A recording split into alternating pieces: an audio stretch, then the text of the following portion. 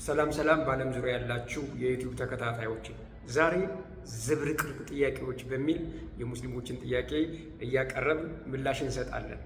እንግዲህ ይህን ዩቲዩብ ስትከታተሉ ሰብስክራይብ ማድረጋችሁን እንዳትረሱ፣ የደወል ምልክቷን ንኩ። በዛ ላይ ደግሞ ለሌሎች ሼር አድርጉ። ፌስቡካችሁ ላይ፣ ቴሌግራምላችሁ ላይ ሼር አድርጉልኝ። ይህንን በማድረግ አገልግሎቱን መደገፍ ትችላላችሁ። እንዲሁም ደግሞ ሙስሊም ወገኖቻችንን ጥያቄያቸውን በመመለስ ጌታን እንዲያውቁ የማድረግ ስራ እንሰራለን። ጌታ ኢየሱስ ይባርካችሁ። ይህን ስለምታደርጉ ጌታ ከሁላችን ጋር ነው። ከተጸጸትኩ መጸጸት የነበረብኝ እኮ እግዚአብሔር ለኔ ሲል ሞቷል ብዬ ያመንኩበትን ቀን እኮ ነው። ምንጭ እንዴት ይሞታል? ጀማሪ እንዴት ይሞታል? እግዚአብሔር እንዴት ራሱን በራሱ ያጠፋል? አባት እንዴት ይሞታል? ወላጅ ፈጣሪ ጀማሪ ይሞታል? ከአባት ከፈጣሪ ከጀማሪ በላይ ሌላ አካል አለ?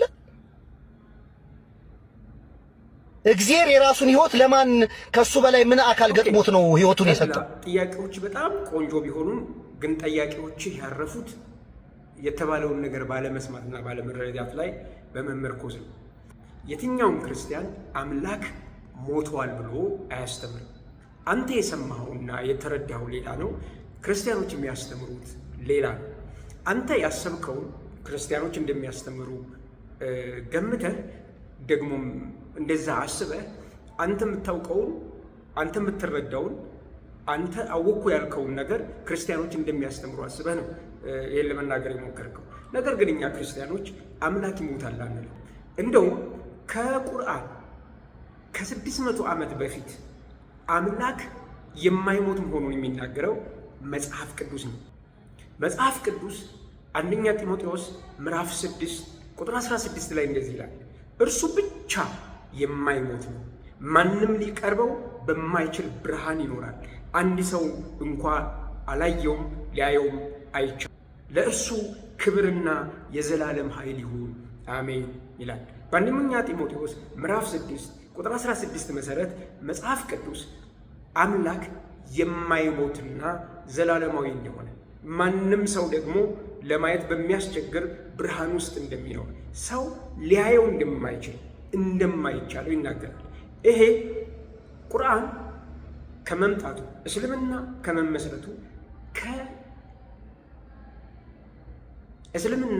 ከመመስረቱ ከ600 ዓመት በፊት የተጻፈ መጽሐፍ ላይ ታገኘዋል። መቼም ሁሉም ሙስሊም መረዳት ያለበት ከቁርአን ይልቅ መጽሐፍ ቅዱስ ቀዳሚ እንደሆነ ሁላችንም መረዳት ይኖርብናል። መጽሐፍ ቅዱስ እርሱ ብቻ የማይሞት ነው። ሌሎች ሁሉ ይሞታሉ፣ እርሱ ብቻ የማይሞት ነው። ደግሞም ማንም ሊያየው ሊቀርበው በማይችለው ብርሃን ውስጥ ይኖራል። ማንም አያየው ሊያየው የማይቻለው ይላል። ይሄ ክፍል የማይሞት መሆኑን በግልጽ ከተናገረ በኋላ ግን መታየት እንደማይችል ማንም ሊያየው እንደማይችል ይነግረናል። ይሄ ማን ነው ብለን ብንወስድ ራሱ ኢየሱስ ክርስቶስ ነው። ባይዘወይን ይላል ያንን መገለጡን በራሱ ጊዜ ብጽዕና ብቻውን የሆነ ገዥ የነገስታት ንጉስና የጌቶች ጌታ ያሳያል ብሎ ነው እርሱ የማይሞት ነው ያለው። እርሱ የተባለው ከላይ የጌቶች ጌታ የነገስታት ንጉስ የተባለው በመገለጥ ወደ ምድር የመጣውን ኢየሱስ ክርስቶስ ነው። በደንብ ስሙ። አንድ አካል በባህሪው የማይታይና ማንም ሊያየው የማይችል ሊሆን ይችላል። ነገር ግን አንድ አካል ምንም በሰው ዓይን መታየት ባይችልም በመገለጥ ግን ወደ ሰዎች እይታ መምጣት ይችላል። ማንም አያየው፣ ማንም አይቶት አያውቅም፣ ወደፊትም ማንም አያየው በማንነቱ በባህሪው ማለት ነው። ነገር ግን አንድ የማይታይ አካል በሚታይ አካል የመገለጥ ባህሪ ነው። መላእክትን ማንም አያያቸው፣ ነገር ግን በሰው ተገልጠው ወደ ምድር ይመጣሉ። ለምሳሌ ዘፍጥረት ምዕራፍ 18ን ሙሉን እናንተ አንብቡት። 3ቱ ሰዎች ወደ አብርሃም ቤት መጥተዋል። 3ቱ አንዱ እግዚአብሔርና 2ቱ መልአክ እንደሆኑ ይነግረናል። ስለዚህ በብሉይ ኪዳን አምላክም ይሁን መልአክ አይታዩም፣ ሊታዩም አይችሉም። ነገር ግን በሰውነት ተገልጠው ይመጣሉ። ተገልጠው ሲመጡ ማንነታቸውን አታዩ፣ ግን ሰውነት የተገለጡበትን ወደ መታየት የመጡበትን ሰውነት ትመለከታላችሁ። ስለ ባህሪያቸው አይታዩም፣ ግን በመገለጥ ሊታዩ ይችላሉ። ስለዚህ ይሄ ነገስታት ንጉስ የጌቶች ጌታ የሆነው ኢየሱስ ክርስቶስ በሰውነት ተገልጦ ወደ ምድር መጥቷል። ያልተረዳችሁት ይሄንን አምላክ አይሞትም፣ መንፈስ ነው። አምላክ አይታይም፣ መንፈስ ነው። አምላክ በሰውነት መገለጥ ይችላል።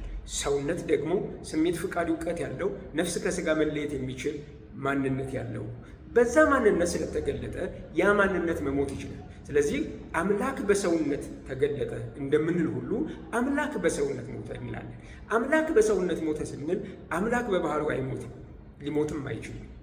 ነገር ግን የሚሞት ስጋን ወሰደና ያ ሰውነት ሞተ። አምላክ በባህሪው አይታይም፣ ሊታይም አይችልም፣ መንፈስ ነው። ነገር ግን በሰውነት በሚታይ ፊዚካል አካል ተገለጠ ብለን እናምናለን። በእስልምና ይሄ በጣም የታወቀ ነው። ለምሳሌ አዝራኤል የሚባለው ሙሳ ጋር መጣ ይላሉ። ሙሳ ጋር መጥቶ ነፍስህን ልወስዳት ነው ሲለው፣ ያው በእስልምና የሰዎችን ነፍስ የሚወስደው መላእክት ስለሆነ ነፍሳቸውን ከስጋቸው የሚለየው መልአክ ነው። በእስልምና አላህ ያን የሚያግዘው አጋዥ ያለው ማለት ነው። ስለዚህ መጥቶ ነፍስህን ልወስዳት ነው ሲለው በጥፊ መጣው። በጥፊ ሲመጣው አይኑ ጠፋ። ከዛ ወደ አላህ ተመለሰና ይሁን አይኔን አጠፋኝ አለው። አይኑን አስተካከለለት። አሁን እዚህ ጋር መልአክ መንፈስ ናቸው፣ አይታዩም፣ አይዳሰሱም። ሙሳ ግን በጥፊ ሲመታው አይኑ ጠፋ። አይኑ የጠፋው የመልአኩ ነው ወይስ የሰውነቱ? ይህን ሙስሊሞች መመለስ አይችሉም። ሰውነቱ ነው አይኑ የጠፋው። መልአክነቱ በጥፊ ይመታል? አይመታም። በጥፊ ያገኘው አይችልም። ስለዚህ ሙሳ ማንን እንደመታ ነው የሚቆጠረው? ግን በጥፊ የተገለጠበትን ሰውነት ስለመታ መልአክን እንደደበደበና እንደመታ ነው የተቆጠረው። ልክ እንደዚህ የማይታይ ነገር በሚታይ ነገር ይገለጣል። ሙስሊም ወንድሞችና እህቶች የማይታይ ነገር በሚታይ ነገር እንደሚገለጥ ቁርአናችሁም ላይ ሐዲሳችሁም ላይ አለ። ስለዚህ የማይታየው አምላክ የማይታየው ጌታ የነገስታት ንጉስ የጌቶች ጌታ ኢየሱስ ክርስቶስ በሰውነት ተገልጧል። ያ የማይታየው ማንነቱና የማይሞተው ማንነቱ አምላክነት ሲሆን የተገለጠበት ሰውነት ደግሞ የሚታይና የሚሞተው ነው። ስለዚህ አምላክ በሰውነት ስንል ተገለጠ ስንል አምላክ የማይታይ በሚታይ ሰውነቱ አየን ማለት ነው። የማይሞት አምላክ በሚሞት ሰውነት ሞተ ማለት ነው። አምላክ ይሞታል? አይሞትም። የሚሞተው ምኑ ነው? ስጋው ነው። ስለዚህ አምላክ በሰውነት እንደሞተ እንቆጥራለን እንጂ አምላክ በባህሪው አይሞትም። እንደማይሞት የነገረን የመጀመሪያው መጽሐፍ ቅዱስ እንጂ ቁርአን አይደለም። እናተድ ላይ አንተ ያልገባህ ነገር መጽሐፍ ቅዱስ ኢየሱስ ክርስቶስ ኢሞቲ የማይሞት አምላክ እንደሆነና የሚሞት ስጋ እንዳለው። ስለዚህ እስልምና ውስጥ ገብተህ የማይሞት አላህ አለ ብለህ ከዛ የሚሞት አምላክ ደግሞ በክርስትና አለ ብለህ አስተማር። ስለዚህ ይህችን የመጽሐፍ ቅዱስ ክፍል አላነበብካትም። መጽሐፍ ቅዱስ እርሱ ብቻ ነው የማይሞተው ይለናል። ነገር ግን ተገለጠ ይለናል። በምን ተገለጠ? በሰውነት። ያ ሰውነት ደግሞ ምንድን ነው? ሟች ነው። ምክንያቱም እሱ ብቻ የማይሞት ከሆነ ሌላ ነገር ተገለጠ፣ የተገለጠበት ያ ነገር ይሞታል ማለት ነው። ምክንያቱም የማይሞተው ማን ብቻ ነው? እርሱ ብቻ ስለሆነ ማለት ነው። ኦኬ፣ ሌላውን ደግሞ ዝብርቅርቅ ጥያቄ ነው። አብና ወልድ አንድ ናቸው ይሉሃል። ናቸው? እነማን ናቸው? ናቸው ከአንድ በላይ ነው። እነማን ናቸው? እነ አብ እነ ወልድ ብለን እንቁጠር? አይ እግዚአብሔር አንድ ነው። አንድ ከሆነ ናቸው የሚባል ነገር የለማ። ነው ነውና ናቸው በአንድ አረፍተ ነገር ውስጥ አይጠራ። ይሄኛው ሰውዬ ደግሞ እንደሰማችሁ ነው። አቡ ሃይደር ብዙ ጊዜ ቁርአኑን ይረሳል። ስለ መጽሐፍ ቅዱስ ጥያቄ ለመመለስ ሲሞክር ወይም ደግሞ መጽሐፍ ቅዱስ ለማብራራት ሲሞክር የእስልምና ትምህርቱን እንደሚረሳ ብዙ ጊዜ ነግሬያቸዋለሁ። አሁንም የእስልምና ትምህርቱን ረስቷል። ለምሳሌ አብና ወልድ አንድ ናቸው ሲባል ኦኬ፣ አብና ወልድ አንድ አምላክ ከሆኑ ታዲያቸው ናቸው ምን አመጣው? እንዴት ነውና ናቸው በአንድ አረፍተ ነገር ውስጥ ይገባሉ? እንዴት ናቸው ተብሎ አንድ ሊሆን ይችላል የሚል ቃል ይጠቀማል። ግን ቁርአን በዚህ የተሞላ አይደለም። ከሰዎችም ከጋኔኖችም ብዙዎችን በእርግጥ ለገሃነም ፈጠርን ይላል። ታዲያ አምላክ አንድ ከሆነ ለምን ፈጠርን ይላል? መቼም ይሄ እኮ ቋንቋዊ ነው ልትል ነው። አሁን ማብራሪያ ተሰጥቷል አንተ ላይ ሲሆን፣ ግን እንዴት ብሎ ነው ፈጠርን ካለ ፈጣሪዎቹ ብዙ ናቸው ማለት ነው። ፈጣሪዎቹ ብዙ ከሆኑ ደግሞ አንድ ነው ለምን ትላለህ? እንዴት አንድ ነውና ናቸው አንድ ላይ እንዴት ይሄደልህ አንተ ትምህርት ላይ ሲሆን? ናቸው ከአንድ በላይ ነው። እነማን ናቸው? ስለዚህ አንድ ናቸው አይባልም ነው የሚባለው ካልክ፣ ስለዚህ ፈጠርን ካሉ አንድ ነው አላህ የሚለውን ቃል አትጠቀም። ስለዚህ አላህ አንድ ከሆነ ፈጠርኩ ነው እንጂ ፈጠርን ማለት የለበትም ማለት ነው። አይ ሰዋዊ ነው ቋንቋዊ ነው በቋንቋ ሲብራራ ካልክ አንድ መጀረጃ አምጣ። ነቢይህ ሙሐመድ እኛ የሚለው ቃል የሚያመላክተው ቋንቋዊ ትርጉም ነው ብሎ አስተምሮ ከሆነ መረጃ ማምጣት ይኖርብሃል። አታመጣም፣ ልታመጣም አትችልም። ምክንያቱም የለማ አንተ ነህ ቋንቋዊ ፍች የምትሰጠው። ስለዚህ አንድ ነው የምንለው እኛ መለኮትን ነው። እኛ አብና ወልድ አንድ ናቸው ስንል ሁለት አካል መሆናቸውንና በመለኮት ግን አንድ የሚለውን ቃል ስንጠቀም መለኮት አንድ እንደሆነ አንተ ባጭሩ አካልና ባህሪ ለይተህ አታውቅም። እኛ አብ ወልድ መንፈስ ቅዱስ ሶስት አካል እንጂ አንድ አካል ብለን አስተምረን አናውቅም። ስለዚህ አብ ወልድ መንፈስ ቅዱስ አንድ ናቸው የምንለው በመለኮት ማለታችን እንጂ በአካል አንድ ሁለት ብለን ሶስት አካል ብለን ነው የምንቆጥረው። ስለዚህ አንተም ክርስትና ምን እንደሚያስተምርና ምን እንደምንል እንኳን አትረዳም። አንተ ያሰብከውን ሀሳብ ክርስቲያኖች እንደሚያስተምሩ ታስባለህ። ከዛ ደግሞ ለዛ ምላሽ ትሰጣለህ። እኛ አብ እና ወልድ አንድ ናቸው ስንል ናቸው የሚለውን የምንጠቀመው ሁለት አካል ስለሆነ መቼም አንድ አካል ነው እንጂ ሁለትን አካል ናቸው ነው የሚባለው እንጂ ሁለትን አካል ነው አይባልም።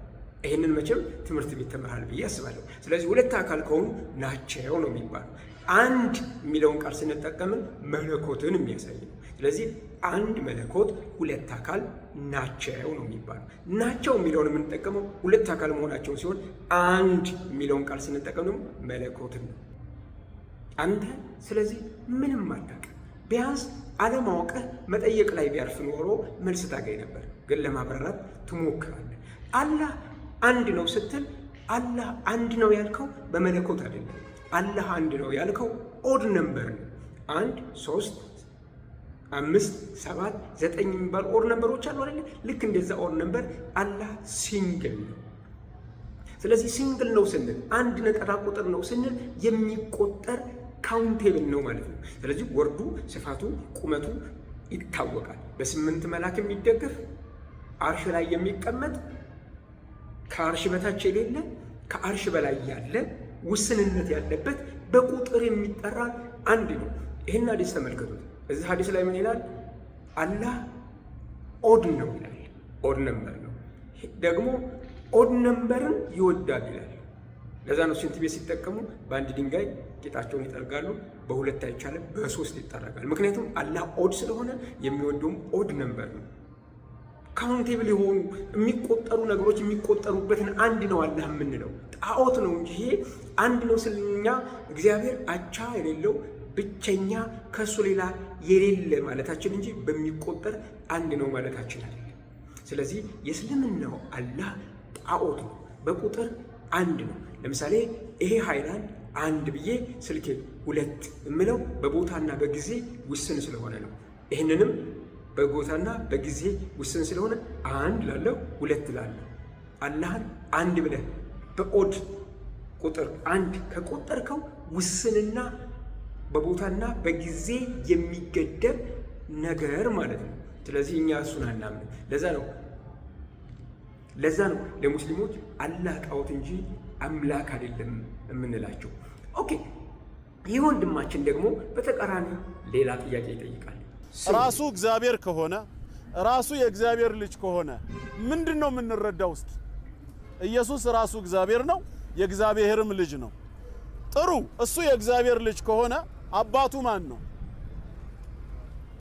ማን ነው? ራሱ ነዋ።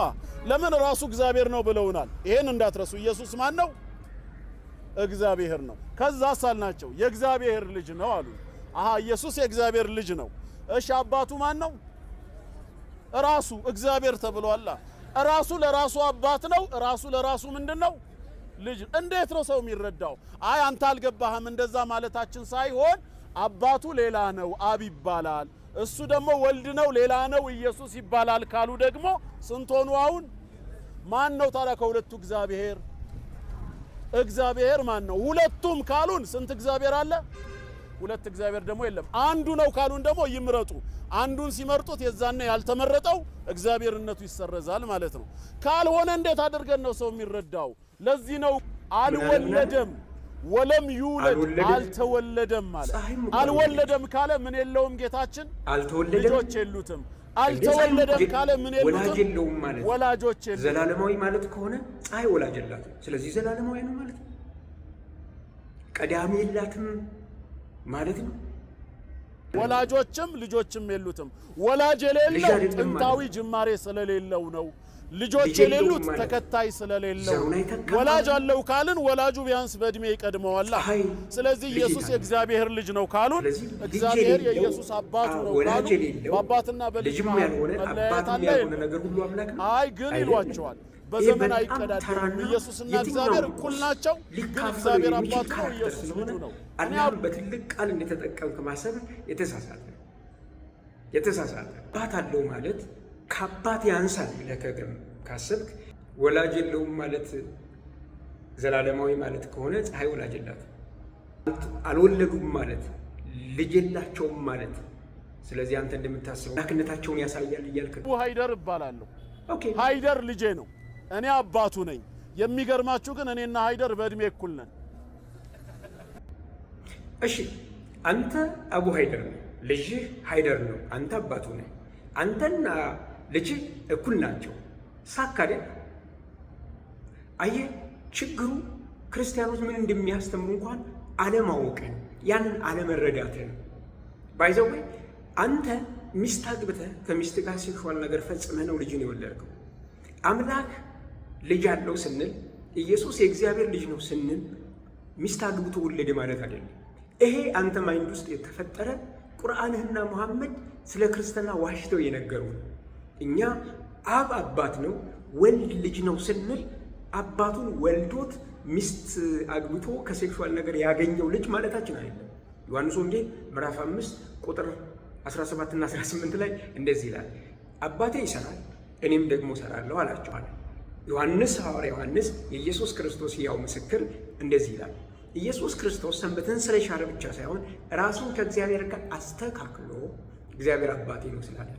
አየህ፣ ኢየሱስ እግዚአብሔር አባቴ ነው ሲል ከአብ ጋር እኩል ነኝ ማለቱ እንደሆነ አይሁዳውያንም ተረድተውታል። ሐዋርያ ዮሐንስም የእሱ ሕያው ምስክርም ተረድቶታል። እኔ ወንድምም ተረድቼዋል። ክርስቲያኑ ማህበረሰብም ተረድቶታል። አንተ ግን ቁርአንና ነቢዩ ዋሽተው የነገሩ ስላለ ሚስት አግብቶ በመውለድና ዘር በመተካት ስለመሰለ ኢየሱስ የእግዚአብሔር ልጅ ነው ማለት እኔና ሃይደር እኩል ነን እንደሚባለው ኢየሱስ ክርስቶስ የእግዚአብሔር ልጅ ነው ሲባል አንተ ሃይደርን ከሚስትህ ሴክሹዋል ነገር አድርገህ እንደወለድከው አይነት አድርገህ አሰብክና ለማሾፍ ሞከር። ባይዘው በዓለም ላይ ያለ ሙስሊም ይህንን ንግግርህን ሲሰማ ወይኔ ምስኪን አያውቅም ማለት ነው፣ አልተረዳም ማለት ነው። ምስኪንነትህን አለማወቅህን እና አለማንበብህን ነው እንጂ ክርስቲያኑ ማህበረሰብ የሚረዳው ፓፓፓ የሚገርም ጥያቄ ጠየቅ እኮ አይል። ወንድሜ ቢያንስ እንኳ ትልቅ ሰው ነው። ምንድን ነው የእግዚአብሔር ልጅ ነው ስትሉ ምን ማለታችሁ? እኔ አቡ ሃይደር ነኝ፣ የሃይደር አባት ነኝ፣ ሃይደር ደግሞ ልጅ ነው። እኔ ልጄን በሚስት ሴክሹዋል ነገር እንደወለድኩ እሱም ወልዶ ነው ያመጣው ብለህ እንኳን መጠየቅ ነበረብህ። መቼም አዎ ልክ ነህ። አንተ ሃይደርን እንደወለድከው ከሚስትህ እግዚአብሔር አብም ወልድን ወልዶት ነው ኢየሱስን ወልዶት ነው ብለው አይነግሩም። ማንም ብሎ አያውቅም። ያልተማረ እንኳ ክርስቲያን እንደዛ ሌላ አይችልም። በጣም ነው የሚያሳፍረው። ባይዘወይ ቢያንስ ይህን ሁሉ ህብረተሰብ በፊት አስቀምጠህ ትንሽ እንኳ ሀፍረት ሊሰማህ ይገባል ብዬ አስባለሁ። ለምን መሰለህ አቡ ሃይደር እኔና ሃይደር በእድሜ እኩል ነን ብለን ቀለድክ።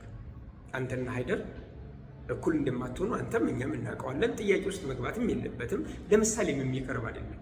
ኢየሱስ የእግዚአብሔር ልጅ ነው ሲልን ምን ማለት እንደሆነ በመጽሐፍ ቅዱስ ክፍል አሳይቼሃለሁ። ኢየሱስ የእግዚአብሔር ልጅ ነው ስንል እግዚአብሔር ልጅ እግዚአብሔር እንደማለት ነው። ይህንን እኮ ቁርአንህ ላይ አስተምሮሃል እኮ። አንተ ቁርአኑን ስለማትረዳውና ክርስትናን ለመተቸት ስትል እስልምናን ስለምትተው አላህ ለሙሐመድ እንዲህ ብሎት ነበር በቁርአን ውስጥ። አላህ ልጅ የለውም እንጂ ቢኖረው ከተገዢዎቹ የመጀመሪያ ነው ብለዋል። እንግዲህ ሰው መገዛት የሚችለው ለአላህ ብቻ ነው ብላችሁ ነው የምታምኑት። እንደዛ ባይሆንም ማለት ነው። ስለዚህ አላህ ራሱ ልጅ ኖሮ ቢሆን ኖሮ ትገዙለት ነበር ማለት ምን ማለት ነው? የአምላክ ልጅ አምላክ ነው ማለት ነው። የአምላክ ልጅ አምላክ ከሆነ አምላክ ዘላለማዊ ሲሆን ልጁም ዘላለማዊ ነው። አምላክ ፈጣሪ ሲሆን ልጁ ፈጣሪ ነው ማለት ነው። የአምላክ ልጅ አምላክ ከሆነ ፈጣሪ ነው ማለት ነው። ይህንን ምን አስተምሮ ነበር? ቁርአን ራሱ አስተምሮ ነበር። ስለዚህ አምላክ ልጅ ካለው ልጁ ራሱ አምላክ ነው ማለት ነው። ስለዚህ መጽሐፍ ቅዱስ የሚያስተምረን ይህን እንጂ አንተ እንዳልከው ሚስት አግብቶ መውለድ አለ። ለዛ ነው ላልተወለድም አልወለድም አልተወለድም የሚለውን የቁርአን ክፍል ነብይም አላህም ሲናገሩ ክርስትናን ባለመረዳት ውስጥ ሆነው እንደሆነ ሃይማኖትን ባለመረዳት ውስጥ ሆነው እንደሆነ ይታወቃል። ማንም ሰው ሚስት አግብቶ ልጅ ወለደ ብሎ እግዚአብሔርን አያስተምርም። እኛ የእግዚአብሔር ልጆች ነን፣ የጸጋ ልጆች ነን። ምን ማለት ነው? አባት የሆነን ዘንድ በነፃ ልጅ አድርጎ ተቀበለን ማለታችን ነው። ስለዚህ በነፃ ልጅ አድርጎ ሲቀበለን፣ ቤተሰብ አድርጎ ሲቀበለን፣ ከባርነት ከፍ ባለ የእርሱ ቤተሰብ አድርጎ ሲወስደን ሚስት አግብቶ ወለደን ብለን አላስተማርንም፣ አስተምረን ማናቅም። ባይተወይ አንተ ነህ ይሄንን የምትረሳው፣ አንተ ነህ ይሄንን ማስተዋስ ያቃተ። ስለዚህ ለሚከተሉ ሰዎች ተሳስቼ ነበር። እነሱ ኢየሱስ የእግዚአብሔር ልጅ ነው ሲሉ ሚስት አግብቶ ወለደ ማለታቸው ሳይሆን ከእግዚአብሔር አብ ጋር እኩል ነው ማለታቸው ነው። ስለዚህ ይህንን ነው ከተቸ መተቸት ያለብህ እንጂ ያልተባለ ተብሏል ብለህ መተቸት ትክክል አይደለም። ይሄ እስላማዊ የሆነ ዝብርቅርቅ ያለ ጥያቄ። ለማንኛውም መጽሐፍ ቅዱሳችን ምን ይናገራል? መጽሐፍ ቅዱስ ዮሐንስ ወንጌል ምዕራፍ 10 ላይ እንደዚህ የሚል ቃል አለ። እኔና አብ አንድ ነን ይላል። እኔና አብ አንድ ነን የሚለውን ቃል ሲጠቀም የተጠቀመው ነን ሲል እኛ ማለቱ ነው። ስንት ናቸው? ሁለት አካል አብና ወልድ። አንድ የሚለውን ቃል ሲጠቀም ግን አምላክ ማለት ነው። አንድ አምላክ ማለት ነው። ኦኬ፣ አንድ ያደረጋቸው ነገር ምንድን ነው? እዛ ዮሐንስ ወንጌል ምዕራፍ 10 ላይ አንድ የሚያደርጋቸውን ነገር ቁጥር 28 እና 29 ብታነው ታገኘዋለህ።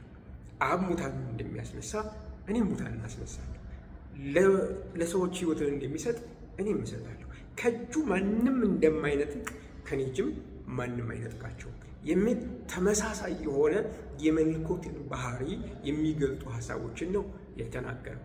ለማንኛውም መጽሐፍ ስታነቡ ቢያንስ በትክክል ለማንበብ ሞክሩ። ለማንኛውም ኢየሱስ ክርስቶስ ሕያው አምላክና ጌታ ነው። የሁሉ ነገር መገኛና ምንጭ የማይሞት ሕያው አምላክ ነው።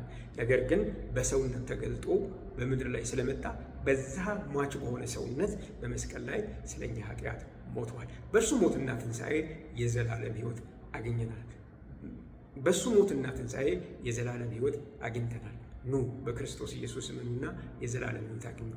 ገሃነም እንደማትገቡ 100% እርግጠኛ ትሆናላችሁ። ልክ እንደኔና እንደ ክርስቲያኖች እናንተ ወዴት እንደምትሄዱ እንኳን አታውቁም። መሐመድ ወደፊት በእኔና በእናንተ ላይ ምን እንደሚደረግ አላውቅም፣ ነቢይ ሁኜ ሳለሁ ብሏል። አንድ ሰው ገነት ይገባል ብላ አይሻ በተናገረችበት ጉዳይ ላይ። ለማንኛውም ኑ በክርስቶስ ኢየሱስ አምናችሁ የዘላለም ሕይወት አግኙ።